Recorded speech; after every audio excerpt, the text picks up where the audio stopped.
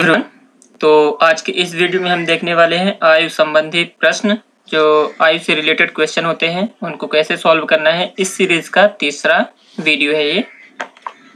तो वीडियो शुरू करते हैं। इसमें हमारा पहला क्वेश्चन है, फर्स्ट क्वेश्चन है, यदि पुत्र की दुगनी आयु को पिता की आयु में जोड़ा जाता है तो योग 75 हो जाता है, और यदि पिता की दुगनी आयु को पुत्र की आयु में जोड़ा जाता है तो योग 90 हो जाता है।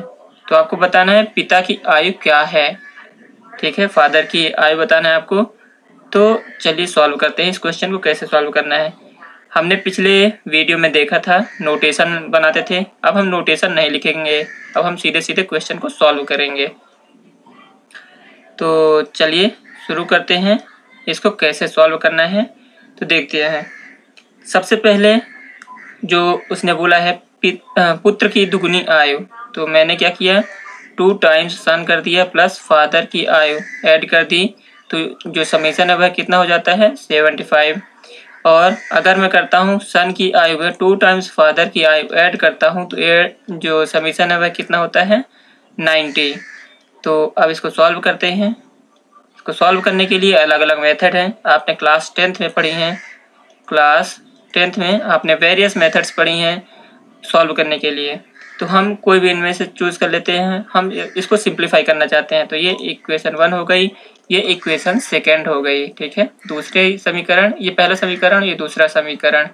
पहले समीकरण में हम देखते हैं कि अगर इसमें हम 2 का गुणा कर दें, पहले समीकरण में अगर 2 का गुणा कर दें तो यहाँ पे 2f हो जाएगा और यहाँ पे 2f हो जाएगा। लेकिन हमें पिता की आयु ही निकालनी है, तो हम क्यों फालतू में, अगर ये दोनों को घटा देंगे तो सन की आयु पहले निकलेगी, फिर उसके बाद फादर की आयु निकलेगी। तो हम क्या करते हैं, हम करते हैं इसको बराबर, जो सन की आयु है वो घट जाए तो केवल फादर की आयु बचे। ये ज़्यादा सिंपल तरीका होगा। तो इसको सॉल्व करने के लिए सबसे पहले हम करते हैं, जो इक्वेशन नंबर 2 है इसमें 2 का गुणा कर देंगे। तो इक्वेशन 2 में 2 का गुणा करते हैं। ठीक है, अगर आप क्लास 10th में हैं और ये वीडियो देख रहे हैं तो इसको आप पूरी तरह से लिखिए। पहले नोटेशन लिखिए, फिर ये इक्वेशन बनाइए, फिर समीकरण 2 में 2 का गुणा कर दीजिए। ठीक है, तो क्या बनेगा, पहले समीकरण 1 हम लिख लेते हैं, 2s + f = 95। ठीक है, माफ कीजिएगा 75। फिर है दूसरे वाले में जब गुणा करोगे तो 2s + 4f = बनेगा 180। ठीक, अब क्या करते हैं, घटा देते हैं। ऊपर से नीचे नहीं, नीचे वाले में से ऊपर वाले को घटा दीजिए। तो यहाँ पे क्या बचेगा, 3f = 180 में से आप 75 घटा दोगे तो 105 बचेगा। ठीक है, तो f की जो f आएगा वह कितना आ जाएगा, तो इसको आप देख सकते हो, 35 तिहाई कितना होता है, 105 होता है। तो 35 कैसे, 3 3 जा 33 जा 90 हो गया, फिर 5 3 जा 15 हो गया। इन दोनों को आप इस पूरे को ऐड करोगे तो 105 आ जाएगा, है ना। तो सॉल्यूशन क्या हो जाएगा, 35 ईयर जो पिता की वर्तमान आयु है वह आ जाएगी। ठीक है, अब अगला क्वेश्चन देख लेते हैं। अगले क्वेश्चन में आपको 3 से 4 इक्वेशन बनानी पड़ेगी। तो इस टाइप के क्वेश्चन नहीं पूछे जाते हैं जनरली, ये क्वेश्चन पूछे जाते हैं क्लास 10th में। ठीक है, 10वीं की परीक्षाओं में पूछे जाते हैं। अगर फिर भी आप चाहते हैं कि मैं इसका क्वेश्चन का सॉल्यूशन बताऊं तो चलिए शुरू ही करते हैं, बना ही लेते हैं। ठीक है, उसके पहले आप इस प्रश्न को पढ़ लीजिए। जो 2nd नंबर का प्रश्न है, उस 2nd नंबर के प्रश्न को आप सबसे पहले पढ़ लीजिए।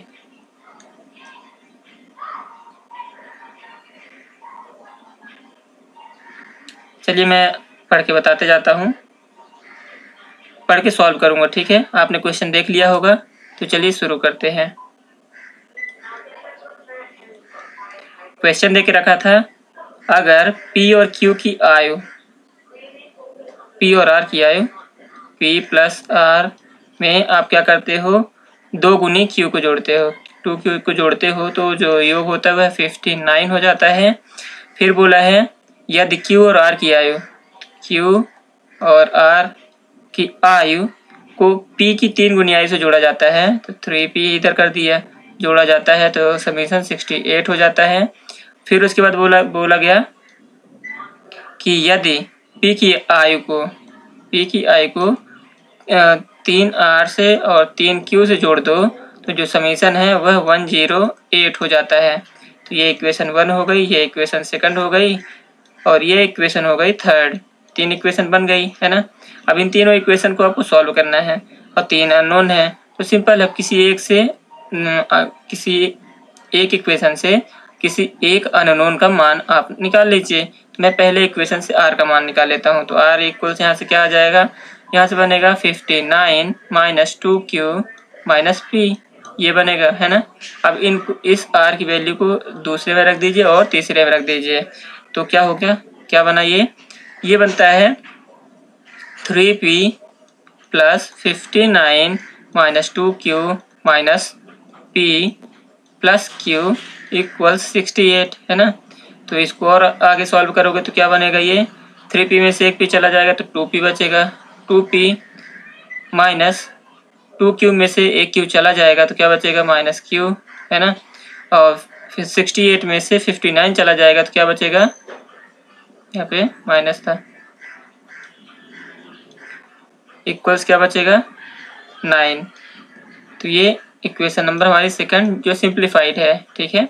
फिर उसके बाद थर्ड इक्वेशन में अगर आप रखते हो तो क्या बनता है, p plus 3r, r equals आपने रखा 59 माइनस 2q माइनस p और प्लस 3q तो है ही, इक्वल्स कितना है 108 है। तो इसको जब आप आगे सॉल्व करते हो तो क्या आएगा, p में से आप 3p हटा दिए तो कितना हो गया, माइनस का 2p है ना, माइनस का 2p बचा। फिर उसके बाद ये क्या होगा, माइनस का 6p प्लस का 3p, माइनस का 6q प्लस का 3q, यहाँ पे क्या आ जाएगा माइनस का 3q है ना। फिर उसके बाद 59 को आप 3 टाइम्स करते हो तो क्या हो जाता है 177। 177 को जब आप इस साइड ले जाओगे तो क्या बचेगा, ये बचेगा माइनस का 177 में से आप हटाते हो 108 को तो क्या सोल्यूशन क्या बचता है, तो देख लो 177 में से आपने कितना घटाया, वो 108 है ना, तो 69 बचेगा है ना। तो यहाँ पे कितना लिखोगे आप, ये लिखोगे 69, लेकिन ये माइनस का रहेगा तो इसको प्लस का कर लो तो ये बनेगा 2p प्लस 3q इक्वल्स 69। अब ऊपर भी 2p माइनस q इक्वल्स 9 था तो अब क्या करोगे, नीचे वाले में से ऊपर वाले को घटा दो तो क्या बचा, ये 2q इक्वल हो गया, नहीं 4q इक्वल 69 में से 9 गए तो कितना बचा, ओनली 60 बचा है ना, सिर्फ 60 बचा। अब q इक्वल्स कितना आ गया, q इक्वल सॉल्व कर लो तो इस 15 बचेगा है ना, 15 चौको 60 होता है। तो q की जो एज आ गई वो 15 वर्ष आ गई, ठीक है। फिर आपको ये नहीं निकालना था, आपको क्या निकालना है, आपको फाइंड करना था p की आयु, ठीक है। तो इसमें आप p की रख दो तो 15 यहाँ पे आप अगर रखते हो तो ये 15 रखे तो इस साइड कितना हो गया, 24 हो गया। तो 2p इक्वल्स हो गया 24, तो p इक्वल्स कितना हो गया 12 ईयर। आई होप अब आपको ये क्वेश्चन समझ में आ गया होगा। इतने बड़े क्वेश्चन नहीं पूछे जाते हैं एग्जाम में, सो कंफ्यूज होने की जरूरत नहीं है, ठीक है। चलिए 21st क्वेश्चन देखते हैं।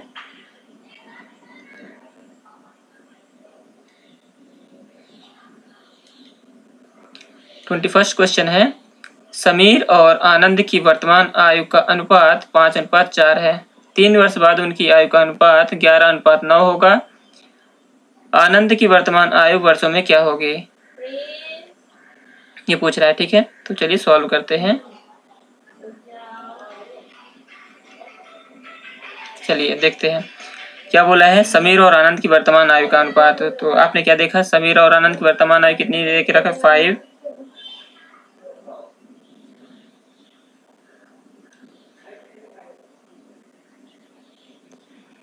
हाँ, तो समीर और आनंद की वर्तमान आयु क्या थे, 5:4 है ना, 5:4।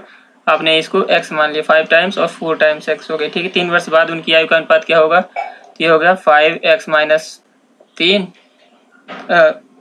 3 वर्ष बाद तो +4 अपॉन 4x प्लस 4 हो गया, ठीक है। इक्वल्स क्या हो गया, ये 11/9, ठीक है। तो आनंद की वर्तमान आयु आपको बताने हैं, तो ये आनंद की आयु वर्तमान आयु क्या होगी, तो 4 टाइम्स x होगी आनंद की वर्तमान आयु, है ना। 4x इक्वल्स आपको फाइंड करना है कि कितना होगा। तो चलिए इसको सॉल्व करते हैं। ये हो गया 45x plus 27 equals 44x plus 44, यही होगा, ठीक है। फिर यहाँ x इक्वल्स कितना हो गया, 44 में से 27 को आप घटा दोगे तो कितना आ जाएगा। जब आप 44 में से 27 को घटाते हैं तो ये बनता है, पहले इसको आप एक बार करेक्ट कर लीजिए, 9 का 45 हो गया और 9 त्रिक 27 और 11 चौक 44, 11 चौक 44, यही बना। तो उसके बाद क्या होता है, ये बन जाएगा 44 में से 27 घटाओगे तो कितना आ जाएगा, 17 वर्ष, ठीक है। x की जो वैल्यू आ गई 17 आ गई। तो आपको आनंद की वर्तमान आयु बतानी है, ठीक है। आनंद की वर्तमान आयु बतानी थी तो क्या होगा, 4 टाइम्स x थी आनंद की वर्तमान आयु, तो अब इसमें 4 को मल्टीप्लाई कर दो 17 से, तो 17 चौको 68 वर्ष, ये आंसर हो जाएगा। आई होप ये क्वेश्चन भी आपको समझ में आ गया होगा। चलिए देखते हैं अगला क्वेश्चन, पढ़ लीजिए तब तक आप क्वेश्चन को। क्वेश्चन नंबर 22 है, दो भाइयों की वर्तमान आयु का अनुपात 1:2 है। 5 वर्ष पूर्व अनुपात 1:3 था, 5 वर्ष बाद उनकी आयु का अनुपात क्या होगा, ये पूछ रहा है, ठीक है। चलिए इसको सॉल्व करते हैं। तो जैसा कि क्वेश्चन में बोला है, उनकी वर्तमान आयु का अनुपात 1:2 है, तो इसको x/2 कर लिया हमने, ठीक है। फिर उसके बाद क्या बोलता है, x/2x, ठीक।